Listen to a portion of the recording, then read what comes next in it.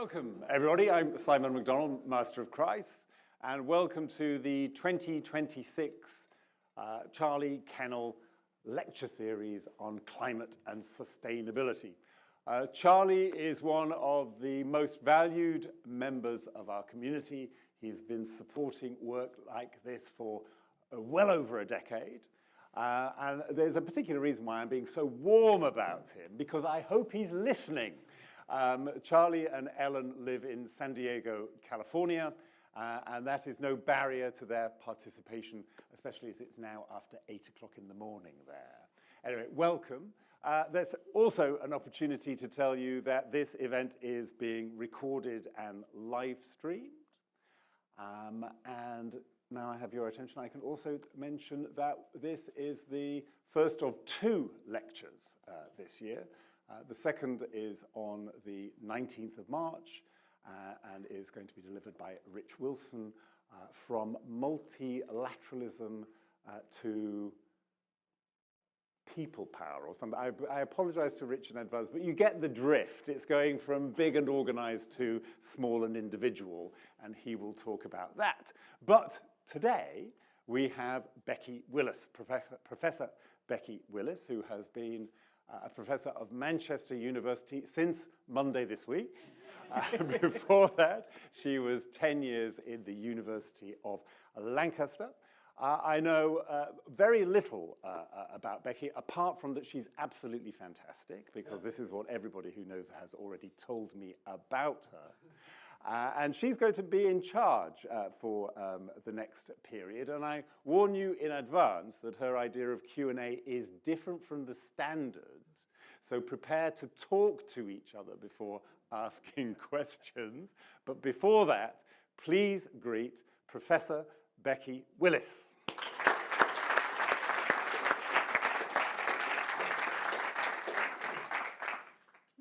Thank you. Well, as I remarked to Rob earlier when we were talking about this lecture a little while ago, we decided to call it Democracy and Climate in Troubled Times, and it seems that we've been quite prescient in that. So I just wanted to start with an acknowledgement of that. And that's where I want to start, really, because I'm going to do a little temperature check.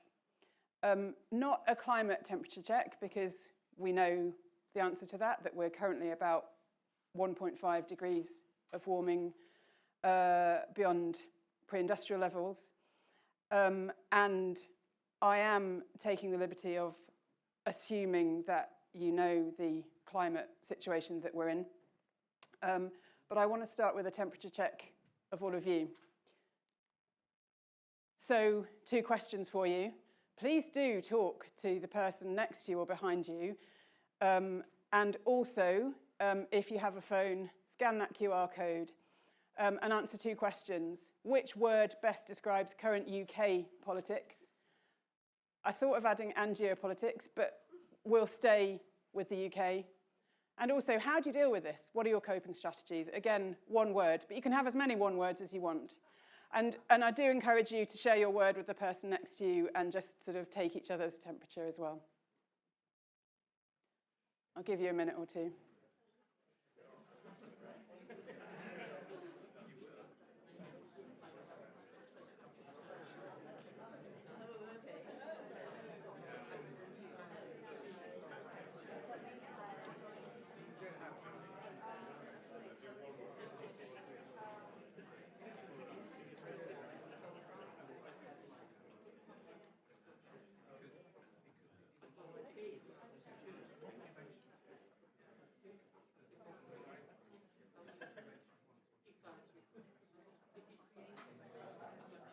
Are you able to click on the show responses? That's what we didn't plan. Okay, you can keep voting and we'll show you your responses.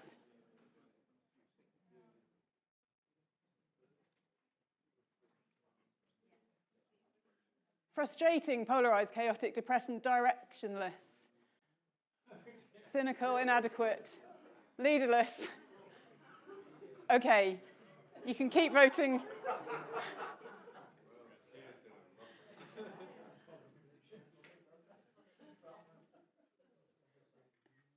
And can you click to the next slide?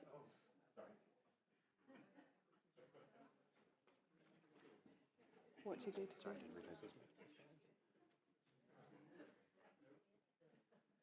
Oh, can you just use? Yeah. Okay, how do you respond? What are your coping strategies? Oh. For this one, we've revealed the responses, but that's...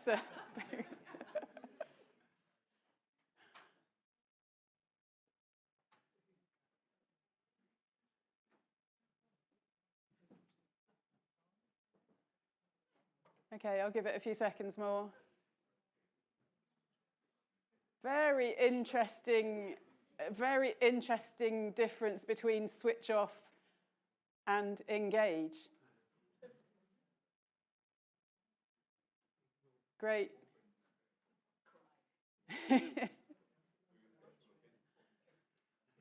So I would say, quick look at that word cloud. I would say disengagement probably stronger than engagement. But some really interesting things there. Holiday, go sailing, talk to a lot of people, splitting the G, nice. Yeah, engage in small actions, brilliant. Yes, thank you. So having done that, I will now tell you that these results are almost worthless because you're probably the very worst sample in terms of representativeness. The fact that you have turned up in your spare time to a lecture at the University of Cambridge about climate puts you in a particular demographic, and I can guess what that demographic is. We use Britain Talks climate data, which you might want to look at. You can do the test, it's quite fun. But the reason that I wanted to do this is to just really emphasize the fact that that this world we're in is not straightforward and rational. And yet, in the climate space, we often implicitly act as if it is. So I've worked on energy and climate policy in one way or another for 3 decades. And I have found, both in government and also in business and the voluntary sector, we're very bound to this idea of what the social scientist Martin Hager calls cockpitism. This idea that the model we have is that we start with the best science and evidence, and that's what we base our decisions on. Climate's a global problem, therefore we respond through multilateral routes, and so we are assuming a kind of benign multilateralism. We decide what to do about it as a global community, and then that's cascaded down, if you like, to actions within individual countries. And so you then have to assume a sort of functional domestic politics, compare that to your word cloud earlier. At the level of domestic politics, you're assuming a supportive or at least quiescent population who basically will agree with this funnel and will kind of play their part pretty willingly. And the idea behind this is that acting on climate is a bit like flying a plane. If you've got the right pilots and you've got the right levers and dashboards and so on, that you can work out your optimal course and sail toward climate stability. Now, it shouldn't be surprising that acting on climate change is not like flying a plane. You could go down an ethical route here and say, is it right to have 2 probably white men in charge of flying the plane? But even if you don't go down that particular route, you just know that we don't have control over global Earth systems, economic systems, or political systems in anything like the way that cockpitism assumes. That the reality is messy and complex. And I actually don't think that's necessarily bad. What we're doing when we're tackling climate change is about managing societies, economies, people's worldviews, people's hopes and dreams, and their life chances. And so I think we should really lean into that and explore what that means. And that's very much what my research group now at Manchester does. What we do is look at the relationship between the citizen and the state in climate change. And in a way, that's going back to one of the very oldest political ideas, this idea of a social contract, which is that we as citizens voluntarily surrender some control to some kind of state or leader to offer them a degree of control or authority in return for collective goods which we couldn't provide for ourselves. So that, if you think about Hobbes and his idea of security, that's the deal. Like in Hobbes's case, it's a pretty nasty view, right? But we still think it's better. In that case, we still thought it was better to give, or so he said, to give up some form of freedom in order for that security that some kind of leader could survive, could provide. Sorry. So I'm going to look at this notion of the social contract, democracy, not Hobbesian. We'll go for a more benign kind of democratic view of the social contract. I'm going to look at it through the lens of 5, maybe 6 actually, people, all of whom we've worked with in our research directly. Now, this makes me a little bit nervous, if I'm honest, because, I'm an academic and I have a reputation to think of. And people expect academic research to sound difficult. And for us to talk about, hypotheses, concepts, models, scenarios, segmentation, I could go on. And we do all of that. But, at its heart, our research is about working out where people are at and what people want. And I think all that kind of research language can be a bit of a crutch sometimes. It's a way of signalling value and rigor. But I also think that it serves to take away from those very sort of personal and sometimes emotional stories. So I want to strip it right back to the people, and that's why I'm going to be talking about 6 people tonight. We do have some great graphs, though. Oh, this is my favourite, the jelly snakes about patterns of support for advertising. I'm not going to talk you through that. And there's more. But here's the first person I want to talk about. It's actually me. That's me. In Cambridge, graduating from here in 1994. And I often think about this because I actually wrote about the first climate treaty at the Earth Summit, just about when it was happening in 1992. And that was my first introduction to climate change, and climate change is a political problem. So I was sort of early 20s, very idealistic, politically engaged. And this was at the time when those of you old enough to remember will remember that Francis Fukuyama came up with this phrase, the end of history. Now, he claims it wasn't the end of history, but this idea that liberal democracy was triumphing, this was, after the fall of the Berlin Wall and after the collapse of the Soviet Union, this idea that there was a kind of, natural progression, that was liberal democracy. It was an incredibly strong feeling at the time, and for people like me, it gave something to base my worldview and actually my career on. And so I want to compare that with Benji. Actually, Benji told me this last week. He's part of a citizens panel that we've been running in Manchester over 2 years, looking at energy policy. And Benji said to me, it's my turn to be an adult and now everything's way too expensive. He's worried about climate. He's probably in the similar segment, I would imagine, to people in the room, about 17% of the population who are sort of actively engaged and concerned about climate, whose climate vote you can depend on in a way. But the difference between Benji now and me back then in 1994 is that this system is not working for him.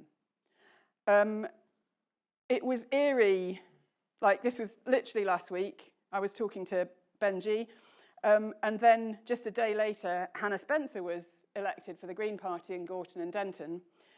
And her acceptance speech said something very similar, which was working hard used to get you something.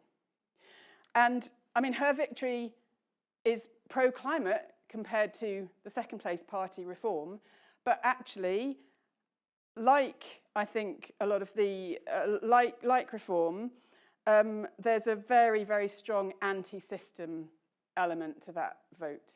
So I don't feel that reassured by what happened last week, because neither Benji nor Hannah Spencer would put their faith in those pilots, in the existence of those pilots flying that plane in the best way for all of us.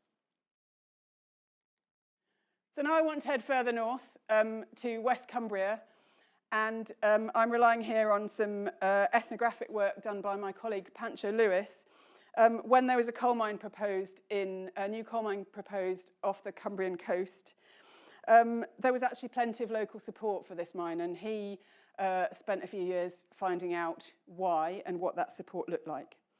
And this was a big deal locally. In fact, there was a rift between the local Labour Party and the National, because the local were really cross with National for basically saying that the mine shouldn't happen. So what my colleague Pancho found was that what was really important to Jeff, he was aware of climate change. He wasn't a climate denier. But he had this very, very strong, actually emotional attachment to place and to history. And Whitehaven, where the mine was proposed, is a very industrial place. It was on the site of a big chemical plant.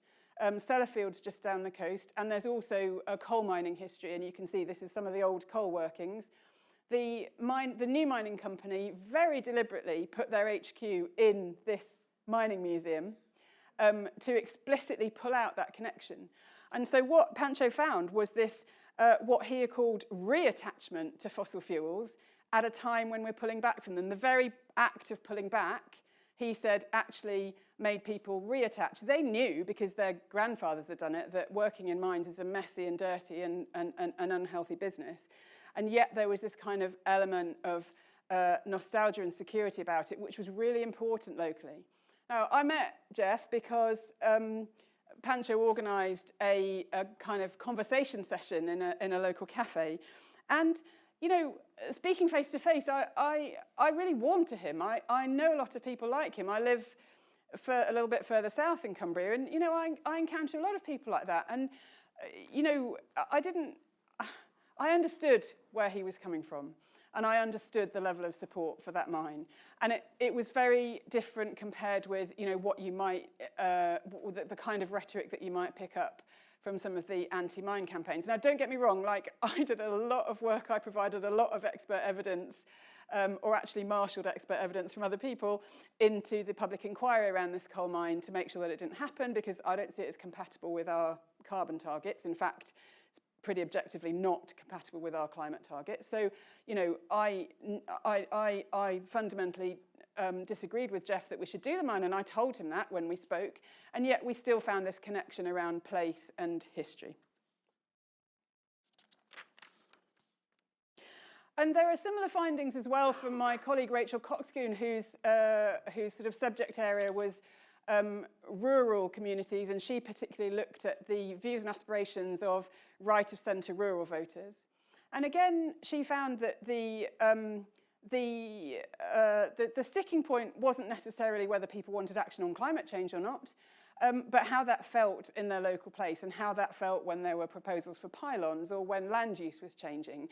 And so that very local lens and a rural lens, when government is perceived as you know, urban and London, the very distance from decision makers, her research showed, was really problematic. And again, you know, this is very likely to come out, in fact, already has come out up the east of England in terms of responses to proposals for pylons. And then we have Nadia. Nadia was a participant in a longitudinal study we did either side of the Glasgow Climate Summit called Net Zero Diaries. And when my colleagues, led by Jake Ainscough, studied, they did like a brilliant geeky qual research thing, which is sort of sentiment analysis of, you know, several layers into analysing the transcripts from this process. And they discovered this really interesting thing, which they ended up calling reflexive impotence. Let me explain. What they discovered was that as we worked with this group of people to talk to them about the seriousness of climate change, their worries about climate change increased. Not surprising, because it's scary. But their sense of personal efficacy declined because, you know, when it's a big and scary problem, using a paper straw ain't going to cut it. Their belief in the need for government action increased because they saw it as a collective problem, a social contract problem. And yet also their faith and trust in government to be able to do that was just not present. And so when we talked to them about what they might do as a result as individuals, we actually posed this question. We were like, if you think government should do it, why aren't you telling them? Are you writing to your MP? Are you protesting? Are you doing all this? And actually, when we tested different forms of response, the ones which were about talking to government directly really bombed because they just thought they weren't that kind of person, like Nadia saying I'd end up having things thrown at me, and also because there was a kind of fatalism and a retreat. So when we asked them to design a kind of green business, it was really interesting that they retreated into incredibly micro community-based things. Like, we gave them a wide brief. They could have like reinvented a supermarket. And where one group got to, which I found fascinating, was a horse and cart vegetable delivery service. I mean, I would love that. I would love that. And like, I don't doubt it's a good thing, but you know, it's not gonna, it's not the kind of level of solution we need. But it's really interesting that they retreated into that space because it was kind of a space that they felt comfortable with, that they felt that they owned, and that they just didn't sort of have the energy or motivation to talk about, you know, how to change supermarkets or what government might do differently, because they, you know, they discounted that pretty substantively. And that was one thing we really wanted to test through this work, and you know, I find the findings quite worrying. So I'm going to pause there because I've given you the views of three different people. And what I think they have in common is that, of course, their views on climate change, whether they think it's happening, whether how you know, where it sits on that, you know, that classic "how concerned are you about climate change" scale, all that's important, of course. But actually, the more significant thing is their views around efficacy and trust in government. So, I mean, you know, there is pretty strong bedrock support for climate change across demographics. It's kind of 70-ish%. Interestingly, support for climate change is more stable than support for net zero. That's another thing we could talk about. But there is bedrock support for climate, despite best efforts of now two of our political parties who oppose the net zero target. So, you know, public support is quite robust, but it's contingent. And it's contingent partly on how individual policies look, and partly very, very connected to views on government. So people are often thought of as, in terms of their consumption role, and the role for them being one of, quotes, behaviour change, which is language I would like to abolish. But actually, people's actions or thoughts as citizens are just as, if not more, important.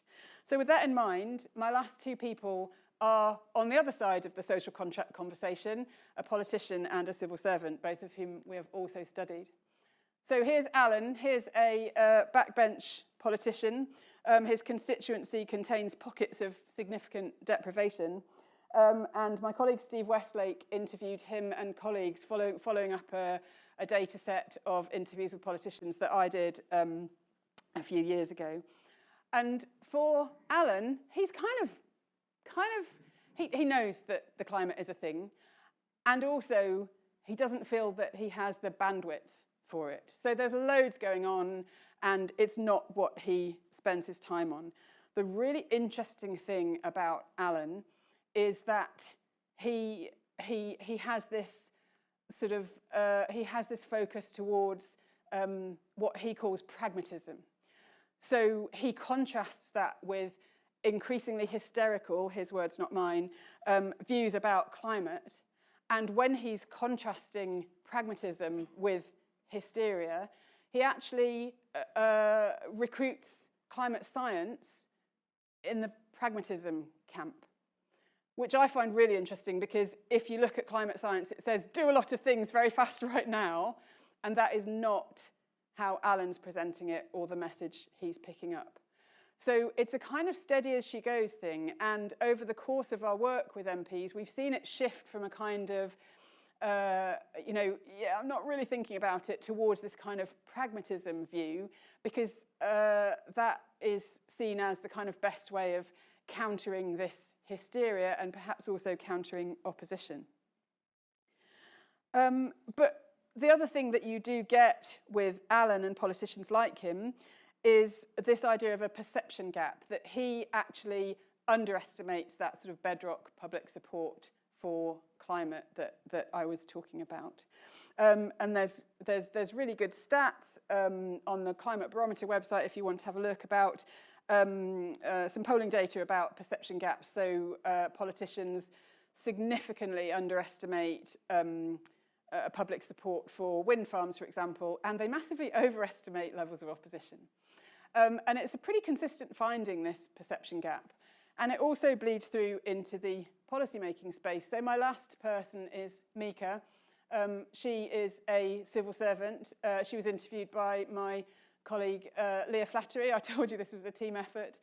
And once this gets into the workings of Whitehall, you get this really interesting trade-off between essentially tech and behaviour. This idea that there's somehow a trade-off between, you know, we can just do it all with tech, and then we don't have to worry people about it.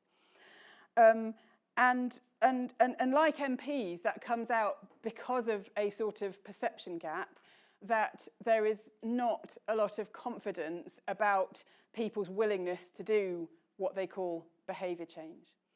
And also this sense that, you know, big bombastic investments like hydrogen and CCS and so on are the things that people would want to see government doing. And in fact, our research says something very different. It says that people prioritise local solutions, that they prioritise things which link to quality of life in other areas. So in Mika and colleagues like hers, you see this.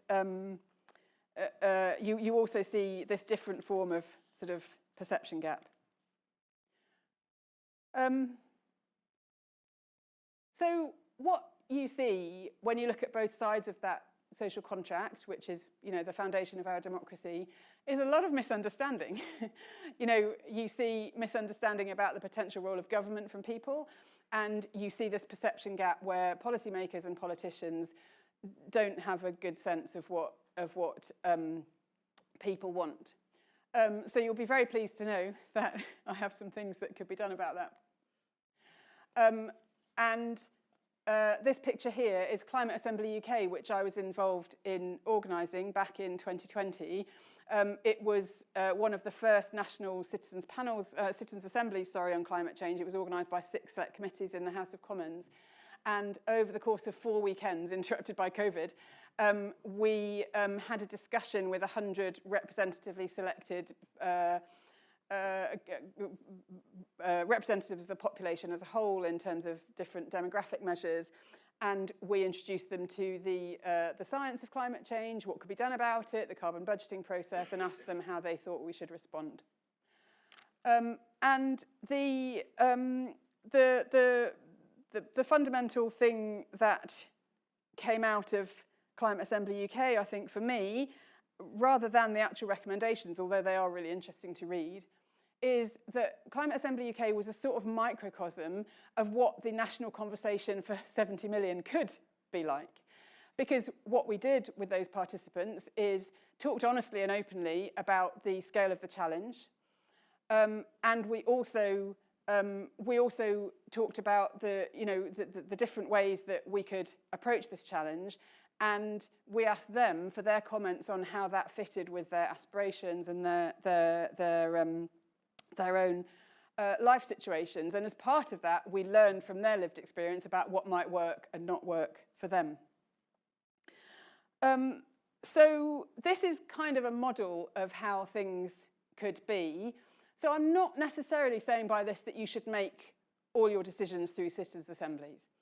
I mean, I think it's a tool, but there's been a bit of a jump on that bandwagon, and I think there's a lot of different sort of more diffuse ways that we could have that conversation between citizen and state. I think the first thing we should do is actually think of it in terms of a social contract. Think of it as an ongoing conversation between people and government, and not a kind of stealth strategy or a cockpitist strategy. This obviously works a lot better if we link to everyday lives and local concerns. And one of the diagrams I whizzed through was a kind of people's choice of policies, very local, lots of transport, lots of kind of education stuff, lots around what local areas look like. I also think, and this might seem a kind of techie linguistic point, but I think it's really important, that we talk about fairness, not justice. So when you ask people what they're interested in, what would make a good policy, they always say it has to be fair. In the academic community, that gets translated into climate justice. Justice has a whole set of political connotations, which, like no shade on that. There's a lot of reasons to be pro-justice. But it is a certain political framing, and different people from different political worldviews and different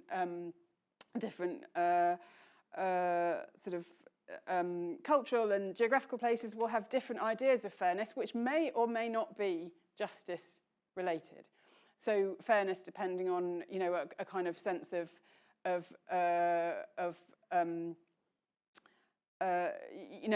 you can see from this where the much loved government slogan about hardworking families or the squeeze middle comes from, because that's a kind of fairness that people talk about quite often, which doesn't necessarily fit with the justice framing. I think there's a lot that we could do around looking at institutions, and by influences I mean that if people aren't being heard within democracies, who is? And the discussion that I was part of, that Rob hosted earlier, talked a lot about the companies that get outsized attention in the policymaking process. And this is a democratic issue, because if they're being listened to, there's a question of who isn't being listened to. That's an area we're going to do quite a lot more work on.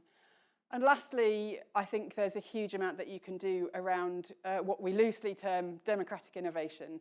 So I've been really pleased to work with the Climate Change Committee to establish citizen panels where we use, again, representative groups of citizens to get their views on different scenarios that the Climate Change Committee might want to put forward, and particularly to get into the nitty-gritty of how you trade off, like, would people be prepared to pay more for a flight if it captured its carbon, that kind of thing. There's all sorts of different ways and techniques that you can involve people, both in the formal sphere and sort of informally through a working democratic culture. There's some stuff in media around there, which is not an area we look at, but we very much acknowledge its importance. So I'd be really interested to know from an audience like you about whether this rings true with what you think would be part of this sort of social contract. But I want to leave you with this thought, that what our research, whether it's in rural Herefordshire or ex-industrial Cumbria or the heart of Manchester, what it shows you is that when you listen to people, when you trust them, and when you give them responsibility to develop shared outcomes, they grasp the climate challenge and they come up with really sensible plans. And at the moment, that discussion is happening in very carefully curated rooms like this. And I think it should be happening in a much messier, less formal, you know, very positive way in our communities and in politics and government. And that kind of messy conversation is really what I cling to when I think about the future of climate and democracy in the undoubtedly troubled times that we're in at the moment.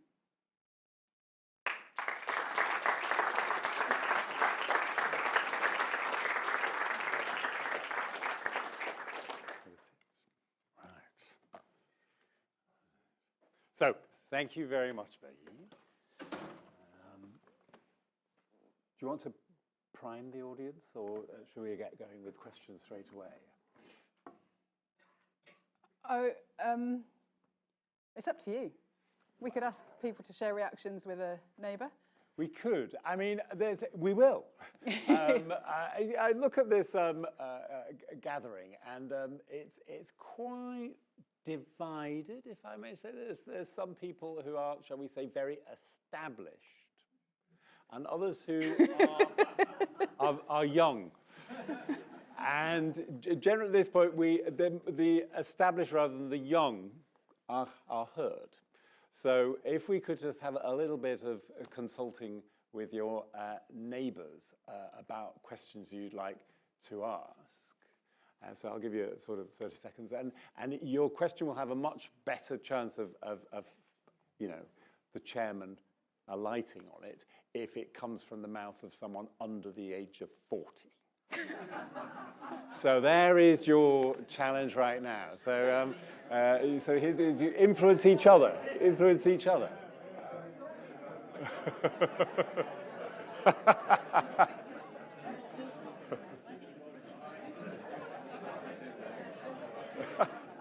We'll see.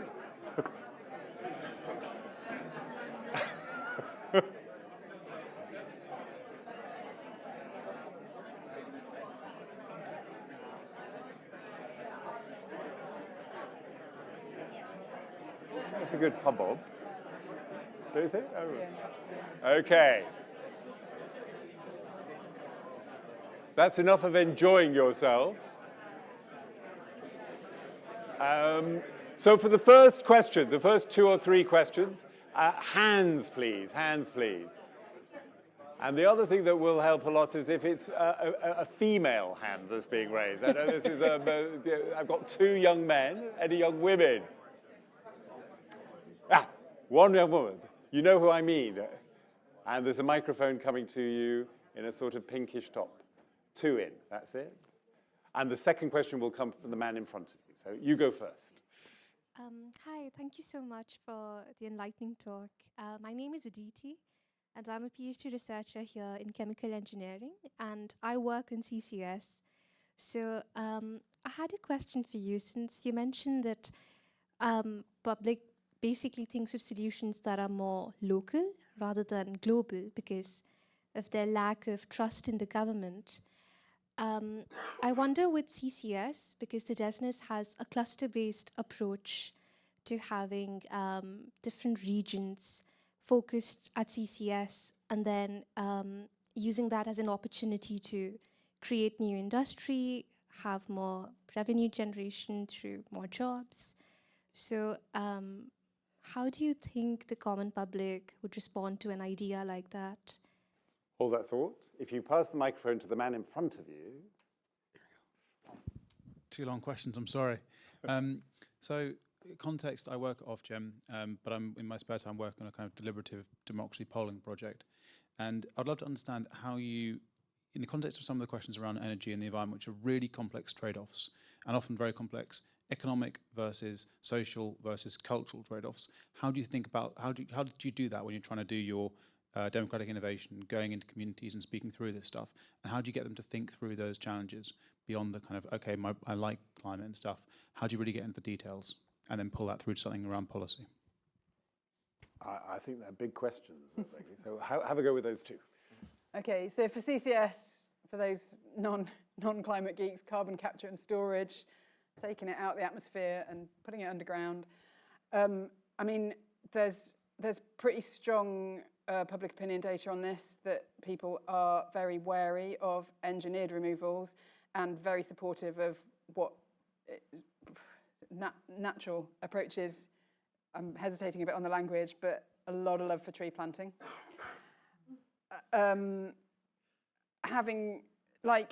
So what people think about technologies in terms of, do you like this technology or not, is massively determined by who owns it, who has control over it. It's not just kind of whether they like the idea of that piece of kit or not.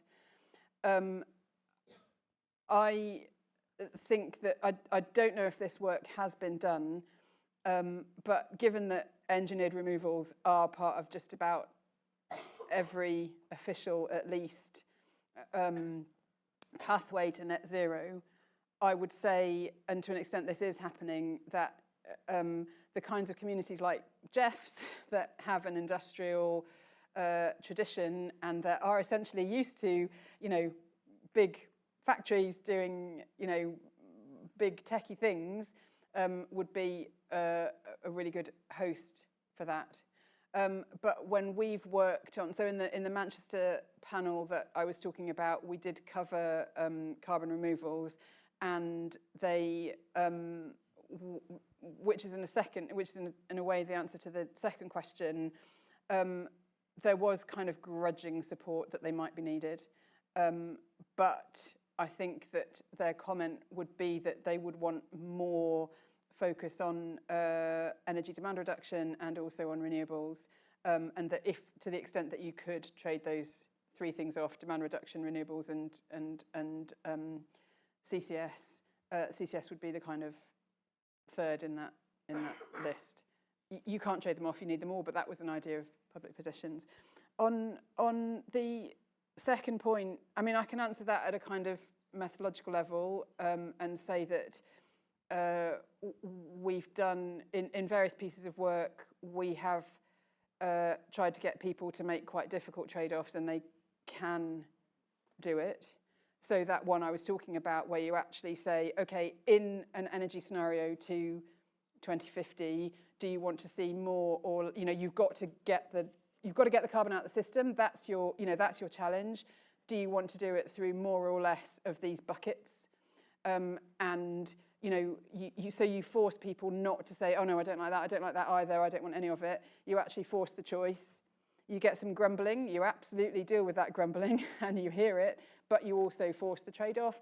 We've been testing a lot how you do sort of individual voting as opposed to sort of deliberative discussion, and how you meld those two. So there's a methodological answer. I think at a sort of higher level of resolution, people are much more willing than politicians think to grasp and understand big, difficult dilemmas. And when you don't present something like climate in that way, when you don't say this is a big, scary problem and we have these possible strategies for it, you're doing them a disservice, I think. So, it's amazing to see these processes in action, and to see people grappling with some big, serious stuff. The third question is here on my left. And do I see a fourth or fifth hand? I'll go down to the front row. Okay. If you were going to pick one or a handful of metrics to put up alongside GDP and growth to sort of kickstart the transition away from an economic system that is, well, quite frankly, obsessed by GDP and growth at all costs, what would you pick? And just sort of for clarity, you're not talking about active degrowth, but just getting towards a system where actually growth is not the overarching pinnacle, but we actually measure what matters and define our success based on some better metrics. Are you asking me or asking what people think about that? Could I ask both? And on the front row, we have a question. Hello, I'm Philip Bray. I'm a civil servant working for the Department for Environment, Food and Rural Affairs, but I've been working on a sort of research project on national strategy for the last year and a bit. I'm really interested in what people, in fact we were all really interested in what the people you have spoken to think about climate risk and climate adaptation as well as mitigation. Do they perceive it, and do they have views on how it will affect them? Yeah. Over to you. So on questions of growth, I mean, we spent a long time thinking about whether to just go in straight with a public dialogue about that. Like, what do you think about degrowth? What do you think about GMP? We didn't do that. I think it could be done. We did, the jelly snake diagram is actually about people's attitudes towards advertising of high carbon products and services. And the reason we did that is because we thought it was a way of, a more sort of practical way of having some of those discussions about, you know, what people value and about sort of growth at all costs, those kinds of discussions, and, you know, sustainable consumption questions. I think there's a lot of support for, there's a huge amount of support for sort of reuse, circular economy, things like repair cafes. Everyone loves them. And actually surprising amount of support for some pretty hefty regulation to make that happen in terms of, you know, product life cycles and so on. My own thought about the growth degrowth thing is that I feel like it's a kind of, I think degrowth as a whole thing is, you know, is instantly divisive because it's degrowth, not growth. But if you start to look at some of the granularity, so the work that my colleague Leah has done with government officials looking at energy demand reduction, is sort of a way of talking about that, but without shoving it up to degrowth. It's about whether a kind of sufficiency approach might be a way forward for policy. And I think there's a lot more space for discussion there than we might think, and probably a lot more space for discussion at that micro level than if you do zoom it up and call it degrowth. In terms of adaptation, I would say watch this space, because the Climate Change Committee have done a citizens panel on adaptation, and Sophie from the CCC is here, so you can ask her, but I think that we can't reveal the results of that yet. I think that there's not a huge amount of understanding of climate adaptation or resilience in a general sense, but people sure as hell learn quickly when there's a flood or similar event. And I think it's an area that needs a lot more focus, because it's going to hit us. Right. And the next question was at the very back, and then Sophie, I happen to know your name is number 6. Thank you so much. I work for the Institute for Manufacturing, and we do quite a bit of work on industrial decarbonization and industrial policy more generally. One of the things I feel when we're looking at these policy spaces is that they're broadly disconnected from citizens. The UK has, to a certain extent, deindustrialized and lost a lot of this energy-intensive manufacturing. People are not really that connected with the modes of production of most of the things that we consume around of us. So I guess my question is, how do we bring those discussions into these forums, into these democratic forums? From what you were sharing, it seems that people go to their communities, to the local, but to a certain extent, a lot of the climate policy needs to be around these big industrial productions. We have to do something about cement, about steel. How do we involve the citizens to a certain extent in those discussions? Thank you. Hi, I'm Sophie from the CCC. And I'm slightly cheating because I get the pleasure of speaking to Becky quite regularly at committee meetings. But the question that we were discussing is, you concluded with a kind of conversation about having a more messy, interactive social engagement, and your example was citizens panels and citizens assemblies, which are brilliant. But what does that look like at a national scale? What does a messy, fully engaged citizen participation process look like? Thank you. On industrial decarbonisation, we actually are just starting a project on this, where led by John Barrett at the University of Leeds. It's called Production and Consumption Transformations, PACT, because the whole idea behind this is that we shouldn't be thinking of production and consumption as separate domains. And this goes back to my sort of sideswipe at behaviour change, consumption type lenses to things. Because, you know, asking people, like, yes, steel and cement are massively carbon intensive, you can't ask people like not to consume steel or cement. Like, how does that even happen? In fact, I did that. We're knocking a great big hole in the wall. The structural engineer said, oh yeah, and you'll need a steel in here. I said, does it have to be steel? Could it be wood? And he goes, yeah, we'll do wood. So there's a lot of kind of cultural points in here. And it's just as good. Yeah, it's more expensive. But yeah, sorry, refurbishment anecdote aside, what we're trying to do through this PACT project is to look at production and consumption in a holistic way. And our 2 case studies, which we haven't started on yet, are cars and construction. And so the idea is that you look at cars as a, and decarbonisation, and you look at production and consumption together. So you might look at, the kind of what happens to the domestic car industry. You would also look, and we've looked at this through our Manchester panel, at car sizes and the trend towards increasing car sizes, essentially SUVs. And you then, by looking at production and consumption together, you can then see the points of potential inflection and change, which I can tell you now will not be from telling people to buy smaller cars. Neither will they probably be going in straight from the kind of motor manufacture side of just trying to change the industry without dealing with the kind of consumption side of things. Yeah, we'll see how that goes. It's quite an ambitious project. So, but in terms of citizen involvement in industrial decarbonisation, I mean, again, I think it's quite a long way from people's minds, but I think the way to do it would be through that sort of integration lens. Sophie's question on how you do the messy engagement. I mean, I think there's a kind of, the answer is both formal and informal.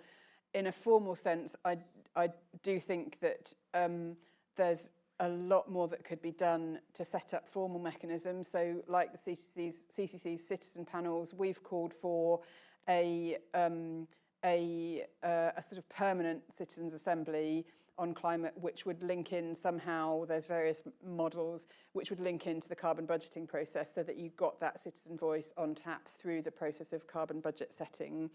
But I also think that there's a lot that could be done in kind of informal spaces. So citizens' assemblies have been used by some civil society organisations to get a debate going. We saw it for the People's Plan for Nature, when the nature organisations, separate from government, engaged way beyond their membership to say, what needs to be done to protect and enhance nature. So there's a lot of different ways that it can be done, I think. And I say there's a bit of a debate, because if it's formal, you can control it, you can sample properly, you can get everything right, you can get the right speakers, you can do all that kind of stuff, and that's really it's really good to get that level of rigor, but also I would say just kind of seed some stuff and have that conversation. And that is what politics is. Politics is so much more than like putting a cross on a piece of paper every 5 years. Next to Sophie, has your question been asked now? Well, it has, but also, The microphone is coming. It has, but also in that messy context, is there a role for universities or for mutuals or for things which are in place? And is there a particular challenge for Cambridge, for example, in doing that? Okay, and then in the middle, we'll go over here. Teresa, you're next to, but behind you in the stripy top. Hi, I'm Anne Miller. I'm chair of Carbon Neutral Cambridge, and we're at the sort of hyper-local end of things. And I'm interested in how we, in a sense, get more national leverage from the things we do, because you're absolutely right. Everyday lives and local concerns, people get engaged. So, for example, widening a particular cycle bridge on Burrells Walk, or getting community benefit payments for big solar farms, or improving local planning policy about external shading for overheating.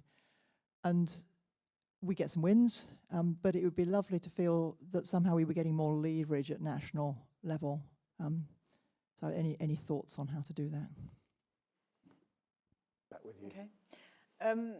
in terms of what universities can do, so the University of Westminster is, because Graham Smith, who's a sort of deliberative democracy leading light, is there, they're actually doing a university-wide climate assembly about how the university as an institution should respond to the climate crisis. So that's an option. If anyone wants to take that forward in Cambridge, that would be amazing. I mean, I imagine there'd be a lot of like, what do the colleges do, what do the unis do, because that's always the way with Cambridge. I think that I think if you're thinking how you can do this engagement, I think the best lens to bring to it always is how do you get the views of people who wouldn't naturally give them? Because a very common model is, and this happens in local authorities all the time, is to have a kind of, a climate plan and have a consultation where they have a kind of town hall event and they stick a sign on the door saying climate meeting here, and you know who's going to walk through that door. And it's going to be, sorry, but it's going to be people like, your group in Cambridge. So that's not a problem at all. Those are people you really need to hear from. You will also hear strongly from the people, the kind of people who have strong views, the other side, which I should add are not backed up by the science in terms of climate deniers and skeptics. Meanwhile, you're missing 50, 60, 70% of the population who don't think their views count or who have other priorities. And often, very real, pressing priorities around making ends meet. And so anything that you can do to hear from those people, to meet them where they are in terms of their community spaces. For unis, there's all kinds of interesting ways you could do that to reach out to the student body and other people involved in a university. I think that it's a specific issue, but paying people to take part in these processes is really important. And actively selecting for people who do not think that their voices count or wouldn't necessarily self-select is really important.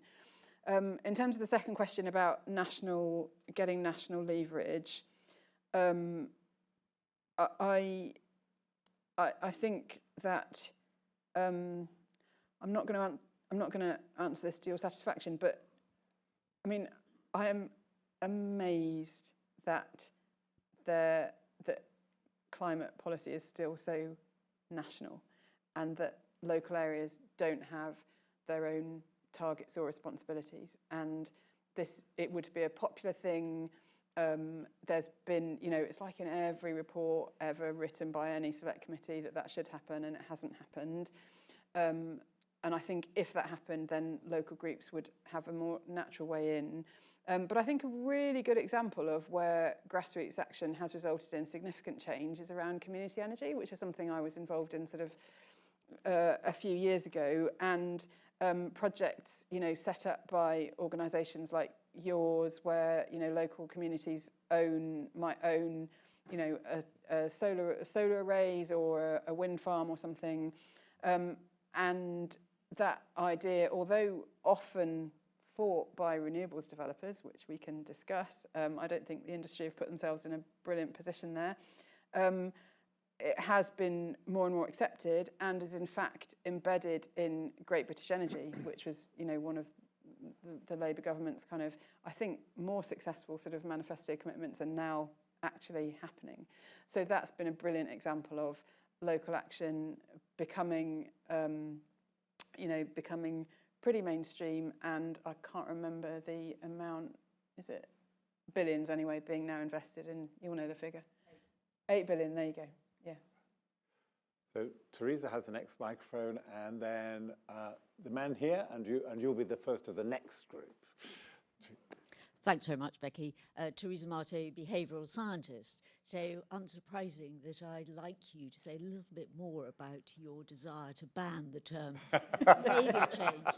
And I think it's a really interesting idea, because I think the term is widely misunderstood, behaviour change, i.e. most people don't see it as I do. So, for instance, I see a tax on tobacco as one of the most effective ways of shifting behaviour at scale across populations. Government uses terms like lifestyle, which to me is about, you know, the colour of the paint on your wall. And it's also weaponised by corporations in particular who want to set up oppositions between the state and citizens, that, you know, your freedom is being taken away. So I'm not against banning it, but what would you suggest as an alternative? Okay, and pass the microphone along the row. This gentleman with a beard. Thank you. I've spent some time as parliamentary science advisor. It's quite simple to explain the MP's response. There's a question of timescales. With climate change, you're talking about the broad structure that affects everything, not just your constituents. It's long-lived. It's beyond one parliament, beyond one election, and yet the MP's business is generally day-to-day business from constituencies or whips from the various parties. So it's no surprise that there is a segmentation in the minds of many politicians. But that wasn't my main point. I'm fascinated by this issue of cockpitism. It's very difficult to say sometimes. If you take that analogy, as a passenger looking at the cockpit, what do you expect from the pilots? You expect a safe landing. You don't expect to carry on flying as you are until the fuel runs out or you hit another plane and then fall in a catastrophic crash. What you want is, from the leaders or the pilots, is a pathway to a safe landing. And that's an analogy with climate change. The pathway to a safe landing is going to include lifestyle changes, or at least a change in the incentives to individual decisions, corporate decisions, government decisions. It's those system changes that are really the most difficult for individuals to grapple with, when they know they are merely the respondents to the system that is decided after 100 years of neoclassical economics or neoliberal politics or whatever. There is this big gap between the system that guides people and behavior of companies to individuals and carrying on at the moment. And the big barrier that comes up as insurmountable so many times is, as soon as you try and change the system, the embedded special interests are so strong, it more or less stalls the process. So the question would be, how do we get a smooth landing by adapting the system to work in our favor, rather than as a barrier to everything we try and do?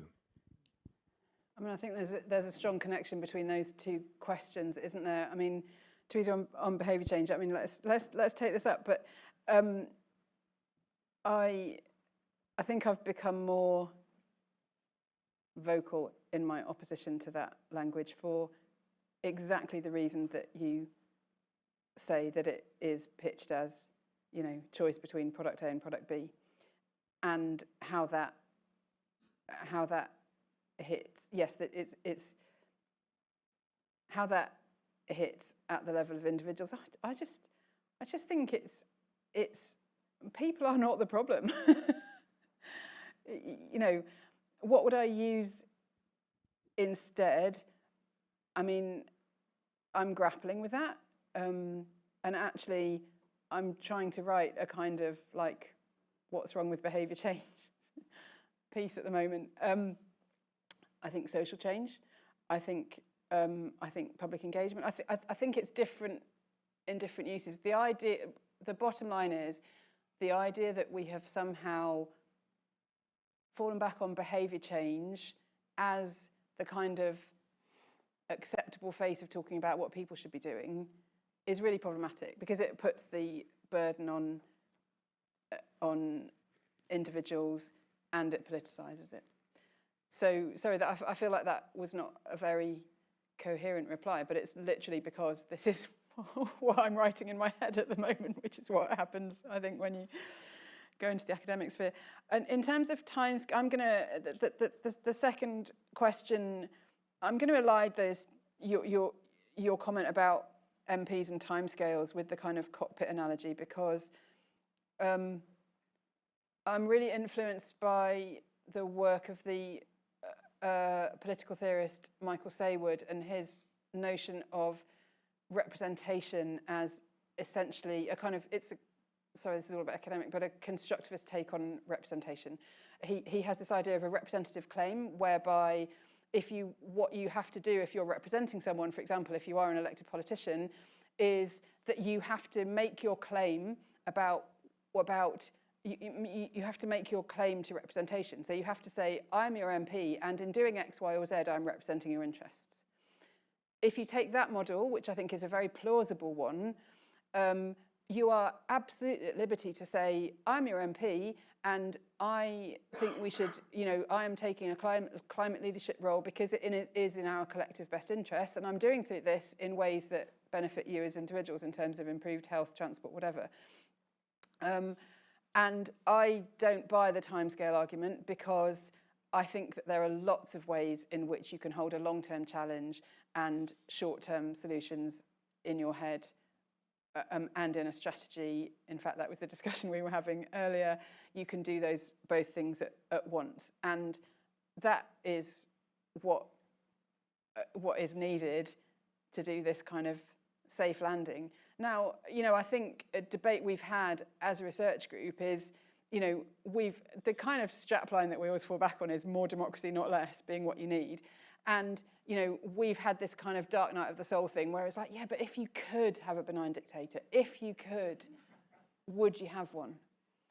And I mean, I might say yes to that. I might say yes to the pilots if that was in any way a credible scenario. I think there's a lot of ethical reasons not to.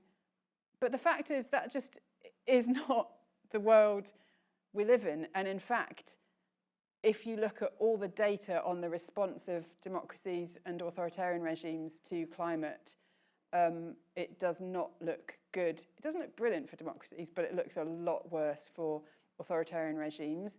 And not because they don't want to do climate, but because they fail on transparency, on corruption or lack of corruption, on media and so on. That's what makes them bad at dealing with climate. And so I just think that this kind of benign dictator vision is an utter fantasy. The last round now, and we have the first question already. Thanks. And I'm sorry, the second will be at the back. So. Okay, great. So thanks so much. I've got a gazillion, million, billion questions to ask you, which I'm not going to go to until I'm a journalist. So I was originally an academic, so I always want to go back to like the evidence and work forward. So I'm founder and editor of the Journal of Biophilic Design, and as I said, I was originally an academic. I went into media, and now I'm using media to bring about change in the built environment. So my question is, I've got loads of questions, but I'm going to try and just stick it to one. When you're doing the consultation, so first of all, if you've got any, I can plug you into construction people who are making the change to have a sort of interesting conversation on all different levels. But when you're doing these, reaching out to these people and you're asking them the questions, from in terms of behavior and in terms of psychological response, are you showing them like an emotive film before, or are you just literally going in cold? So I'll just be interested in that. And then also when you're doing the outreach, when you're saying, how do we get to those people in the middle? Why don't we go to them?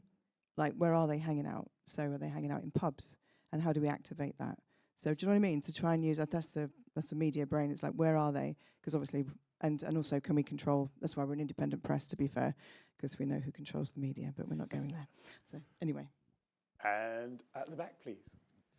Thank you for your talk. So I'm a student here at Cambridge at the Masters in Public Policy, and one topic that we explore is the way that science and evidence is related to policymaking. And oftentimes in climate, you always hear like the phrases about like listening to the science or acting upon that. And that resonates a bit with the topic you're talking about in cockpitism of there is the science and that like it's directly and in a sort of linear way linked to what policymakers or politicians act upon.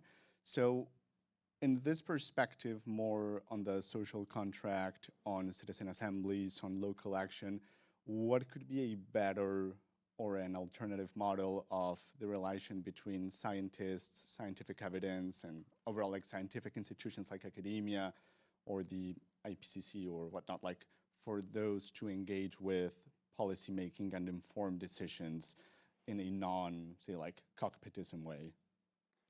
Thank you. Now, because I'm in the chat, I'm going to cheat because I want to ask a question as well, which is, I spent a lot of my life in Westminster.